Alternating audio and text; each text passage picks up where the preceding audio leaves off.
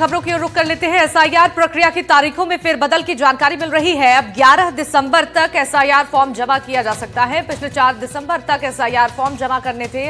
राजनीतिक दलों की मांग के बाद से तारीखों में बदलाव कर दिया गया है। 12 राज्यों केंद्र शासित प्रदेश में एसआईआर की प्रक्रिया जारी है और इसके लिए जो डेडलाइन थी उसे बढ़ा दी गई है। अब 11 दिसंबर तक ये फॉर्म जमा किए जा सकते हैं। पहले जो तारीख थी वो 4 दिसंबर की थी, लेकिन अब इसे बढ़ाकर 11 दिसंबर किया गया है। दरअसल कई राजनीतिक दलों ने इसको लेकर मांग उठाई थी, जिसके बाद से तारीखों में बदलाव किया गया है। 12 राज्यों और केंद्र शासित प्रदेश में एसआईआर की प्रक्रिया जारी है। राजस्थान में भी एसआईआर की प्रक्रिया चल रही है और यहां पर तेजी से इसका काम भी चल रहा है। फिलहाल देखिए तारीखों में बदलाव हुआ है। 11 दिसंबर तक एसआईआर फॉर्म जमा किया जा सकता है।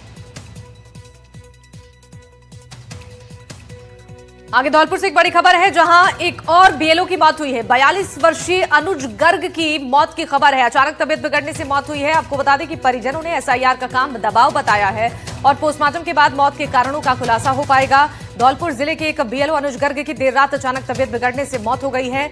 इस घटना से परिजनों में मातम पसर गया है। परिजन काम का दबाव मौत का कारण बता रहे हैं। मृतक बीएलओ की पहचान 42 वर्षीय अनुज गर्ग के रूप में हुई है और मृतक की बहन वंदना ने बताया कि उसके भाई अनुज को धौलपुर शहर की गौशाला सेक्टर की भाग संख्या 158 की जिम्मेदारी सौंपी गई थी। उन्होंने ये भी बताया कि एसआईआर के काम के दबाव के कारण अनुज को अक्सर देर रात 2 बजे तक काम करना पड़ता था और घटना वाली रात करीब 1 बजे अनुज रोज की तरह मतदाताओं के फॉर्म का डेटा अपलोड कर रहे थे।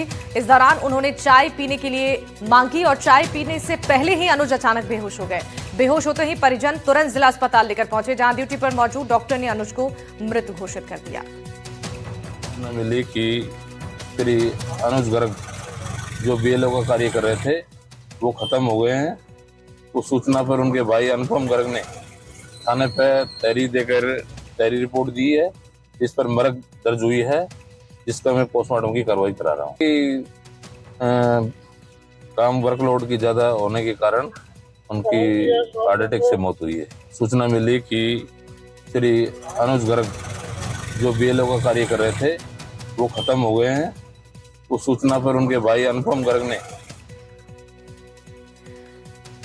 और राजस्थान के सरकारी स्कूलों में 6 दिसंबर को बाबरी विध्वंस की बरसी को शौर्य दिवस के रूप में मनाया जाना था। राजस्थान सरकार की ओर से यह फैसला लिया गया था।